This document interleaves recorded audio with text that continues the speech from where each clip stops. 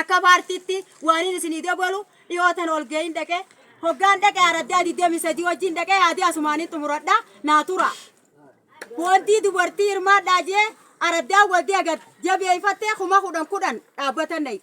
Ani miilaanin deemaa dhaqee nama shanin dhayine nama 45 dhiyeessi jedhanii bakka nama 45 ana jeetiin dhufe qarshii joo hiranne wal nu geessu kuma kudhan deendeenyennee na adde nuuriyaa adeemee. Akabaartitti waan inni isinii dabalu dhiyootan ol gahin dhaqee hoggaan dhaqee araddaa 23 wajjin dhaqee haadhi asumaanii xumuradha naa tura. Wanti dubartii hirmaadhaa jee araddaa waldi agat jabeeffattee kuma kudhan dhaabbatan dhayi. Ani miilaanin deemaa dhaqee nama shanin dhayine nama 45 dhiyeessi jedhanii bakka nama 45 ana jeetiin dhufe qarshii joo hiranne wal nu geessu kuma kudhan deendeenyennee na adde nuuriyaa adeemee.